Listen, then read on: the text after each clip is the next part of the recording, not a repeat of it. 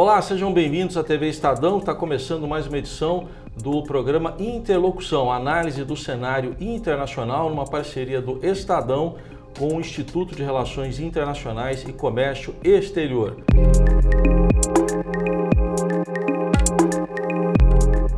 Destaques desta edição: a situação política na América Latina, especialmente na Bolívia e no Chile, sacudidos por protestos.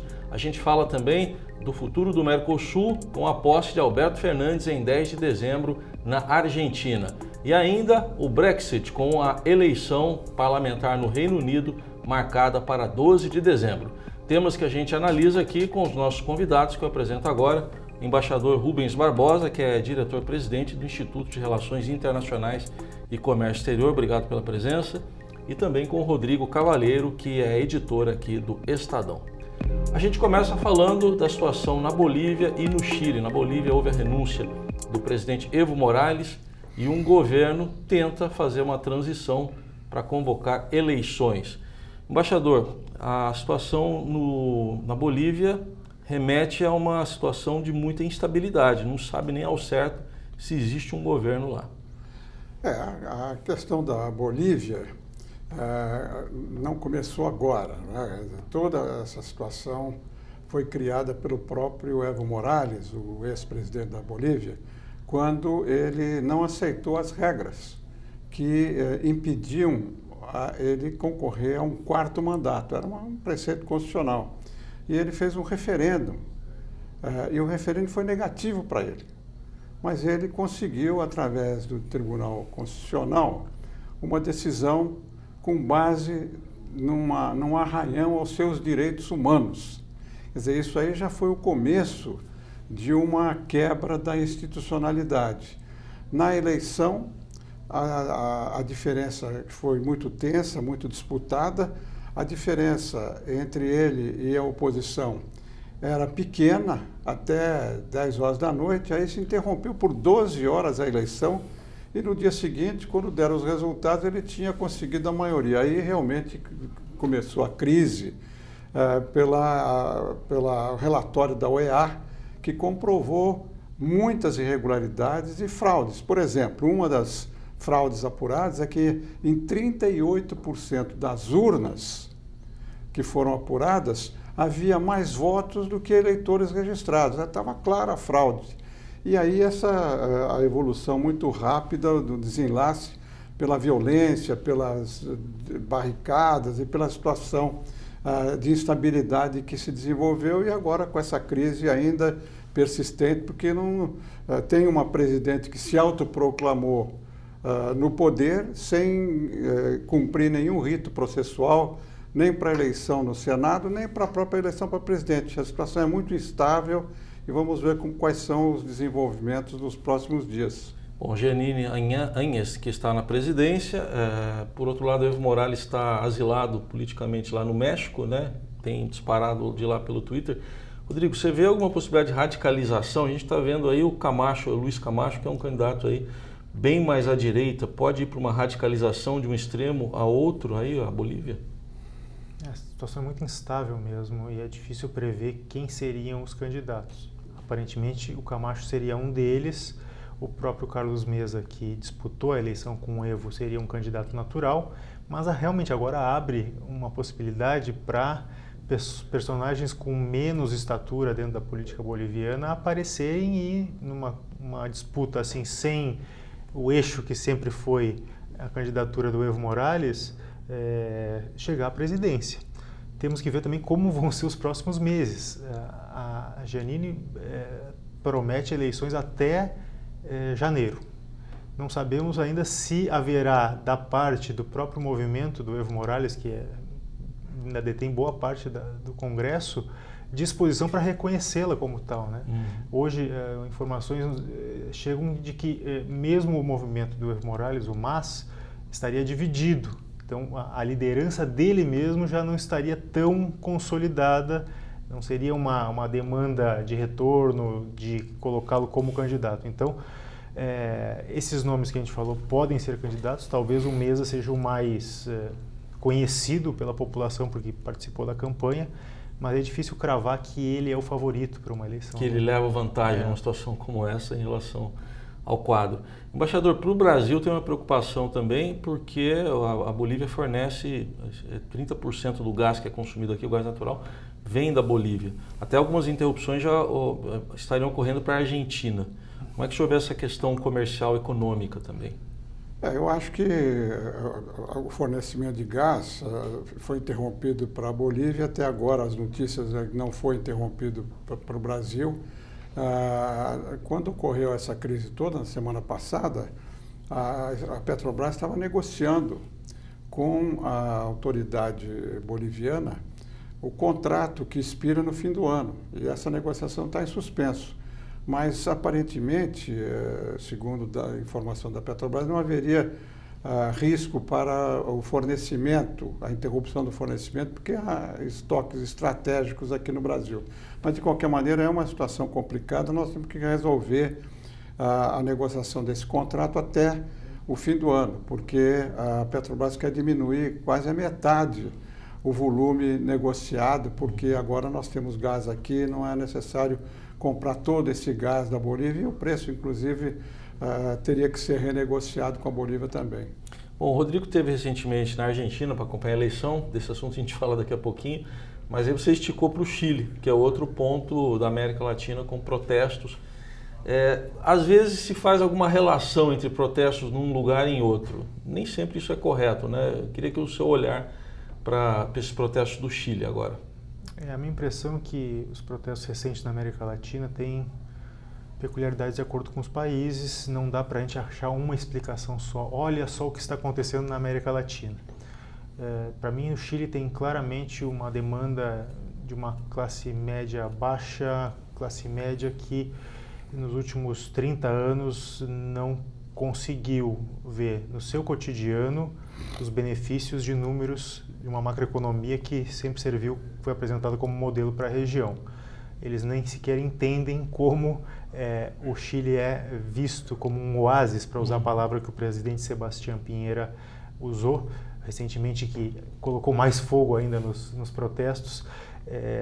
Muitas pessoas endividadas, boa parte dos serviços públicos foram concedidos para a iniciativa privada e sem que houvesse, segundo analistas e boa parte da população, um controle mais assíduo em relação ao aumento de preços. Muita gente viu seus salários, suas condições de vida se achatarem e principalmente a questão das aposentadorias. O Chile, que funciona com um sistema de capitalização em que a pessoa deposita como uma espécie de poupança 10% do seu salário e depois chega a fase da aposentadoria, recebe as parcelas de acordo com o depositor. O que acontece é que na prática pessoas chegam a ganhar 20% do que recebiam quando se aposentam. E aí, bom, a qualidade de vida decresce e há protestos, não é à toa que essa fase está acontecendo, porque muitas pessoas que entraram nesse regime lá atrás começaram a se aposentar agora. Perceberam no dia a dia que o dinheiro não é suficiente. A Bolívia me parece que é outra questão, o embaixador falou muito bem, que tem uma questão até de continuidade do próprio Evo Morales. Boa parte da população não concordava com o quarto mandato, tanto é que ele perdeu um referendo nesse sentido. Tem ali um componente de tendência a uma continuidade que não era vista como democrática. É outra coisa. Bom, nós vamos continuar acompanhando a situação, especialmente nesses dois países, a Bolívia e o Chile, e serão temas ainda aqui de mais análise em outras edições aqui, porque o desfecho parece que ainda está distante para os dois casos.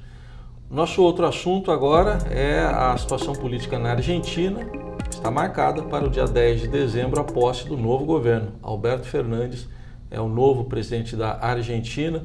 Embaixador, nesses dias que depois da eleição do Alberto Fernandes, especialmente em outubro, também em novembro, o presidente Bolsonaro disparou ali alguns recados, dizendo que não vai à posse.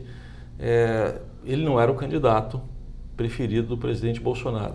O senhor vê algum arranhão aí nessa relação Brasil-Argentina, que são tão próximos, tão próximos politicamente, também geograficamente, só quando o mundo acabar que a Argentina não vai estar do nosso lado aqui. Como é que o senhor vê essa situação?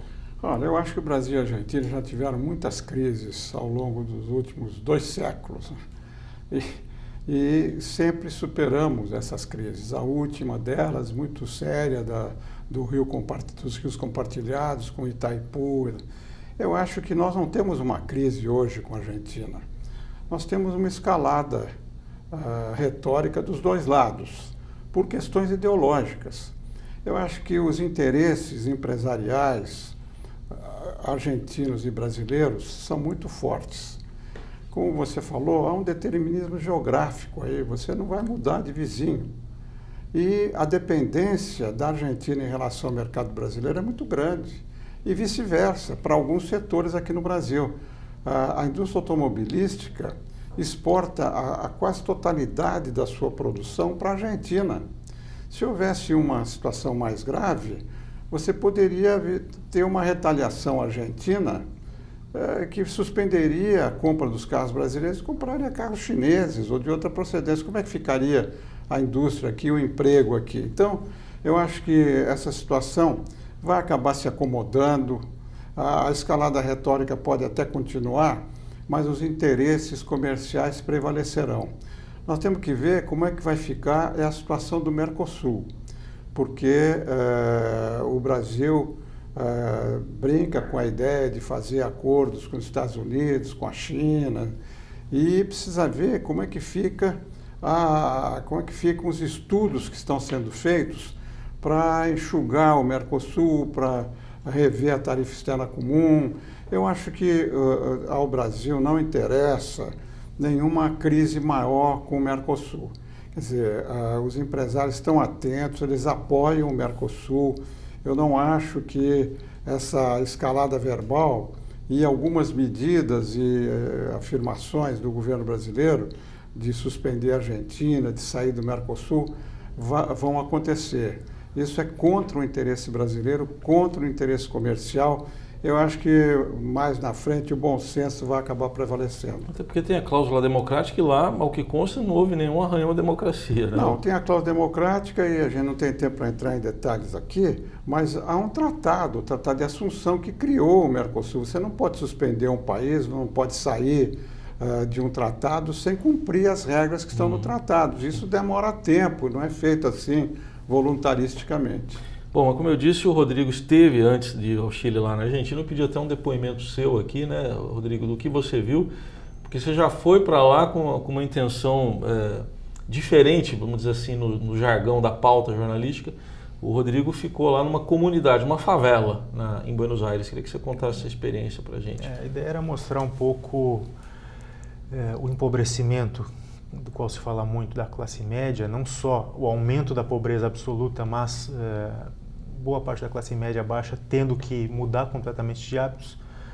Então a iniciativa foi chegar realmente a viver o dia a dia de uma favela para ver como muitas pessoas têm adaptado a sua rotina ao fato de ter uma inflação de 5% ao mês e um certo descontrole nos números aí macros da economia. Não é à toa que o Maurício Macri perdeu a eleição basicamente por isso. Muitas pessoas que apoiaram ele há 4 anos olharam para o bolso e viram, olha, não deu resultado isso aqui, mesmo que eu não goste da Cristina Kirchner, e boa parte da população não tolera, enfim, o governo, o estilo de governo dela, resolveram acreditar no Alberto Fernandes para ver se há um meio termo.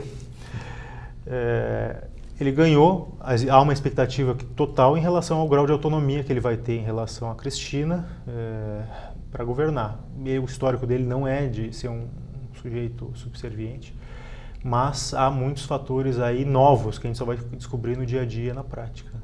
Bom, a Argentina tem essa dependência, como o senhor destacou, o Brasil também tem uma interdependência entre os dois, mas tem um componente a mais que é bem da política interna brasileira. O ex-presidente Lula agora está em liberdade. Isso acho que pode acirrar os ânimos aí para o governo, do lado do governo brasileiro em relação à Argentina? Eu acho que quando começar o governo lá na Argentina, o governo vai se dar conta que ele não pode enveredar por um caminho diferente, tanto na área econômica quanto na área política. A primeira negociação do Fernandes, o novo presidente, vai ser com o Fundo Monetário, para acertar a questão da dívida, né, reescalonar a dívida. E eles vão tratar com calma a relação com o Brasil por causa desses interesses. O presidente Lula é capaz de ir até a posse do Fernandes, né? Mas isso é política interna argentina e, como eu disse, é uma escalada retórica, não há uma crise concreta, um fato que pode gerar enfim, um conflito, não existe isso. É apenas uma questão ideológica que se coloca aí. Eu acho que, do ponto de vista empresarial argentino e brasileiro, vai haver um movimento para que essa escalada ideológica seja superada. Agora, por enquanto, ainda há poucos sinais sobre a formação de governo, né, Rodrigo? E até planos na área da economia, principalmente. Poucos sinais, há uma previsão de que pelo menos um congelamento de preços ocorra por um período de 180 dias, foi o que se falou durante aí o período posterior à vitória do Fernandes, e uma alta imediata nos salários para dar uma folga em relação à inflação e depois um congelamento também. E aí a negociação direta do governo com os empresários para evitar que os preços subam artificialmente ou que haja falta de artigos nos supermercados. Muito bem, então a posse lá na Argentina marcada para 10 de dezembro, outro assunto que certamente voltará aqui à nossa pauta, o vizinho. Nosso outro tema agora, o Brexit, né, que é a saída do Reino Unido da União Europeia, adiado pela terceira vez, agora para 31 de janeiro. No meio desse caminho, embaixador, tem uma eleição no dia 12 de dezembro. A novidade é que o partido do Brexit, fizeram um partido lá com esse nome, não vai disputar as eleições. É uma estratégia para não dividir votos com os conservadores? Eu acho que a situação na Inglaterra tem algumas características muito semelhantes ao que está ocorrendo aqui na América Latina. Eu acho que esses movimentos todos, eles mostram, como você falou, mostram a insatisfação da população. Lá na Inglaterra, eu servi lá por muitos anos e acompanho a política britânica. Nunca houve uma divisão do país como está havendo agora.